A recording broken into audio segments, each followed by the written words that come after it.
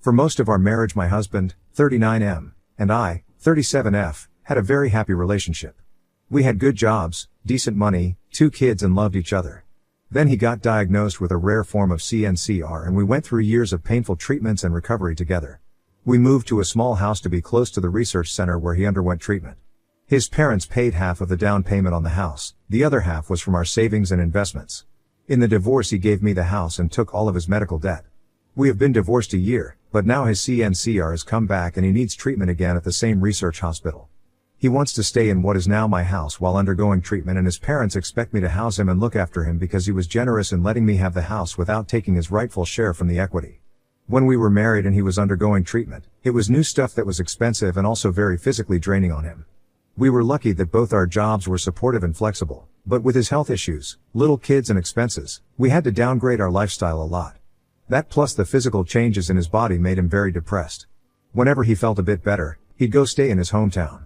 It's a small town where most of his family and a lot of his childhood friends live. I was doing all the caretaking of him, while also dealing with insurance complications.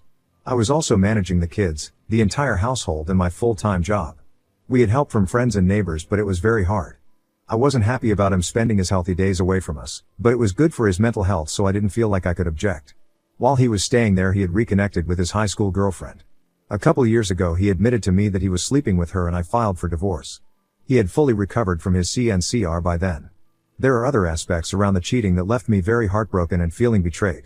His giving me the house and taking all the debt was an apology of a sort. His parents feel that I owe him for getting the house and should let him stay there for the 2 to 3 months his treatment is at the facility. I do want him to be well and I don't want my kids to lose a loving father.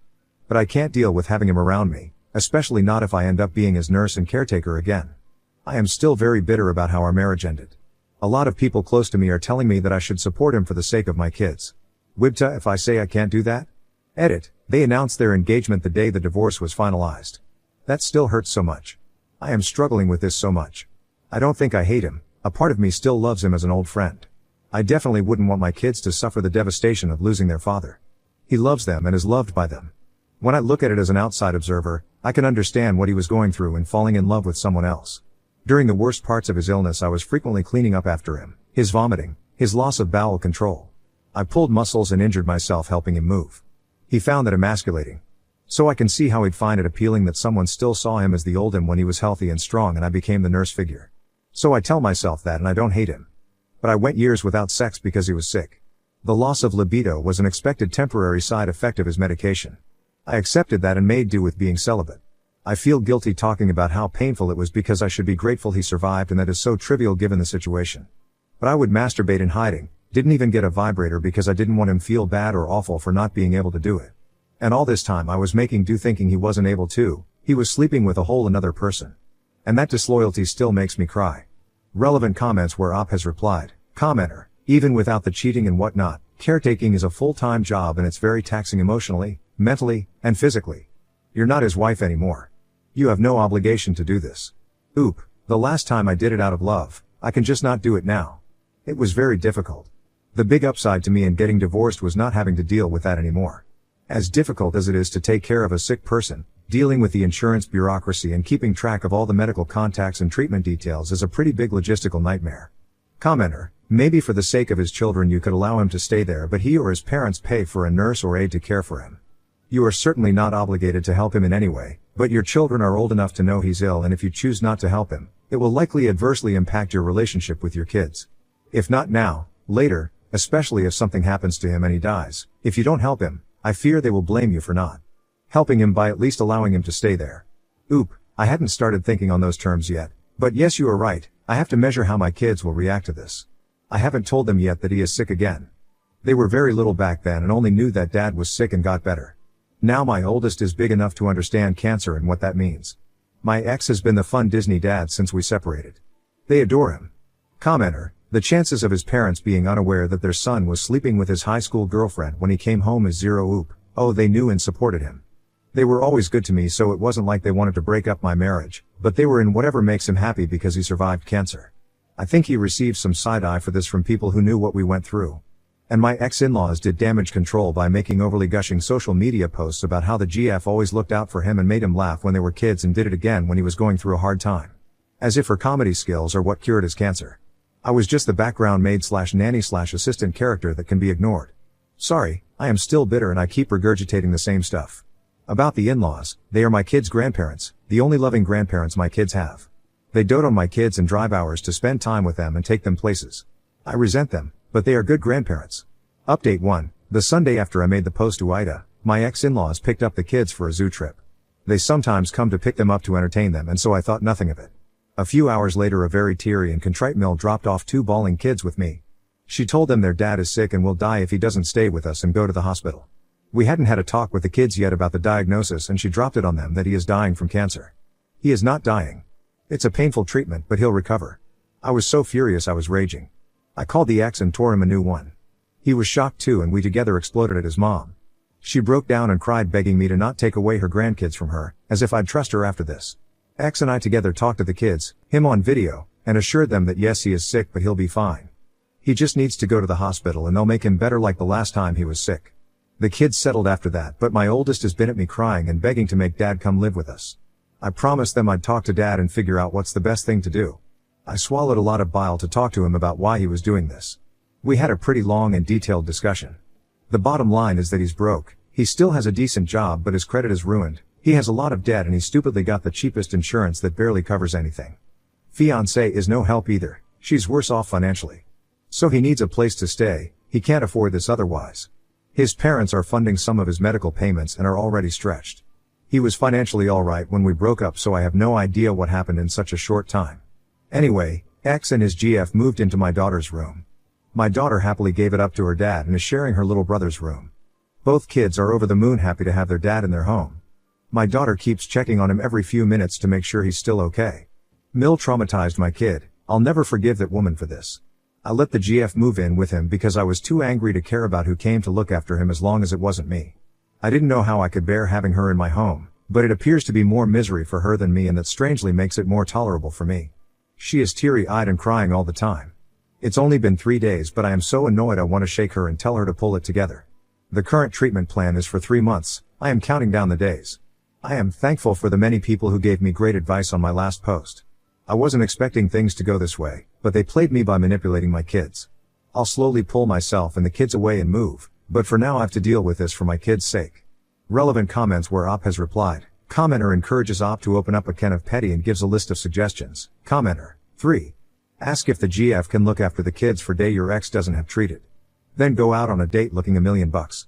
If you don't date, they don't need to know that. Just go out with girlfriends. If you do date, don't come home that night. Oop, I've done number 3 2 times already. I haven't dated yet since the divorce.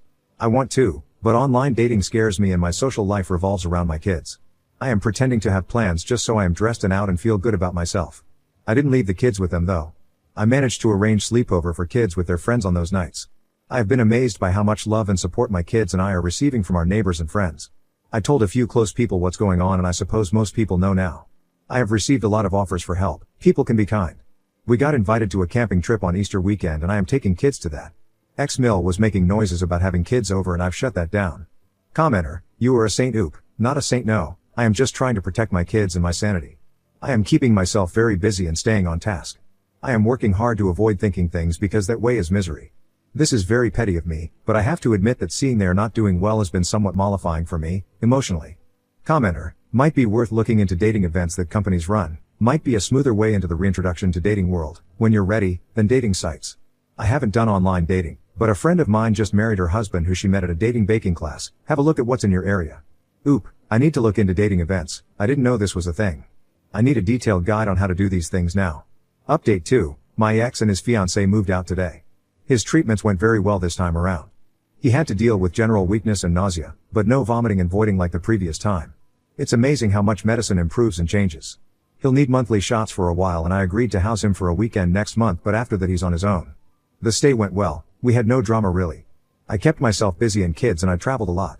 They both managed the rest of the stuff all right and things worked out. My kids are happy and back to their normal stuff. I had a talk with my daughter about how grandma exaggerated things to get her way and that is not okay, and she understood.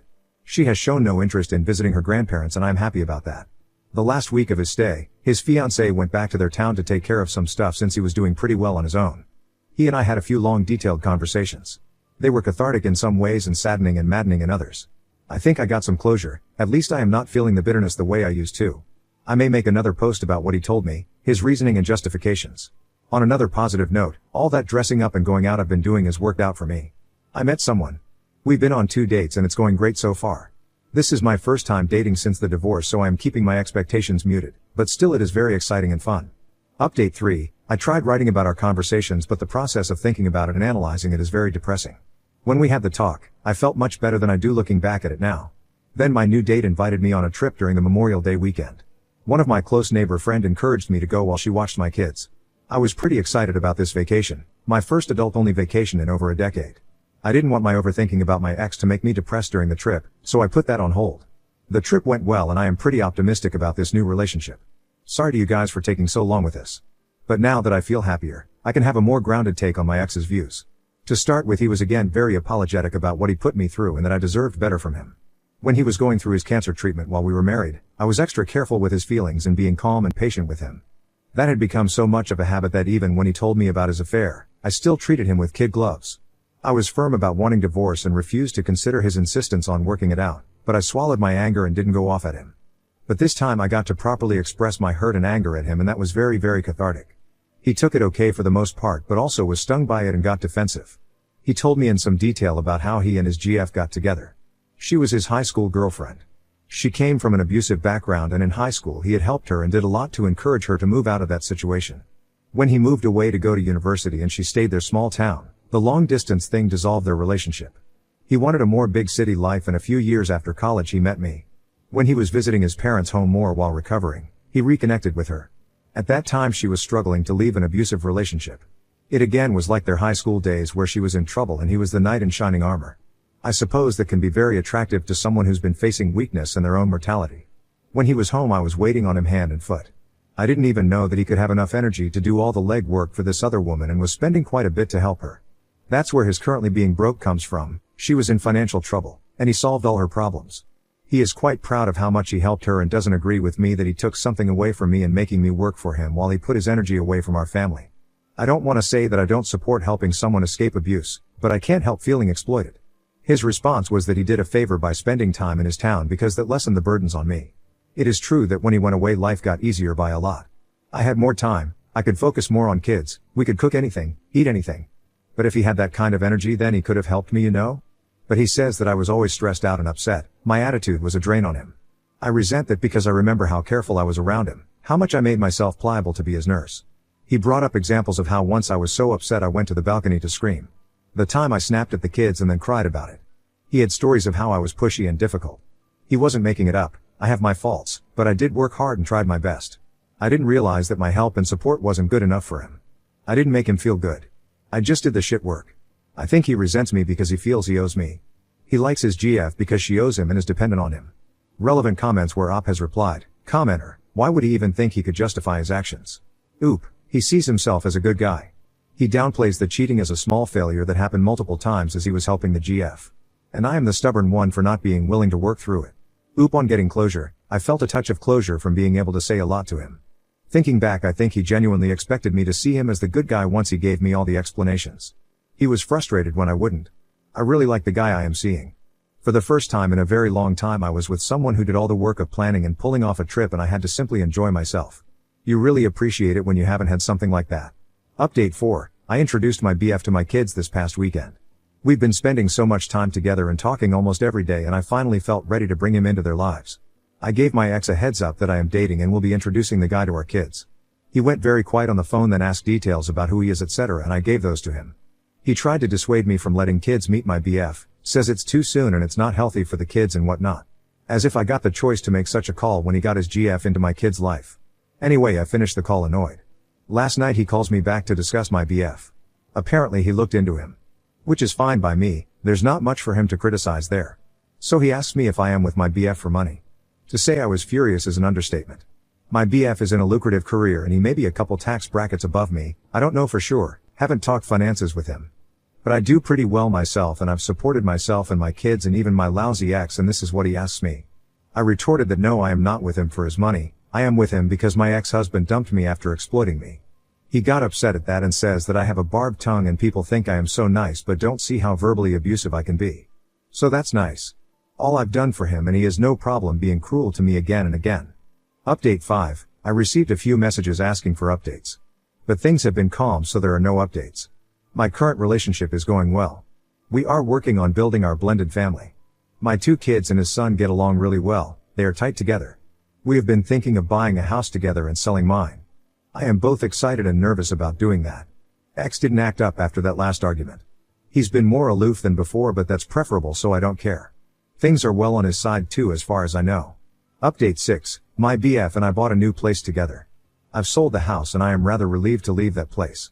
I liked having a home but there were too many bad memories there and the emotional baggage of my ex-in-laws thinking they still have a claim on the place.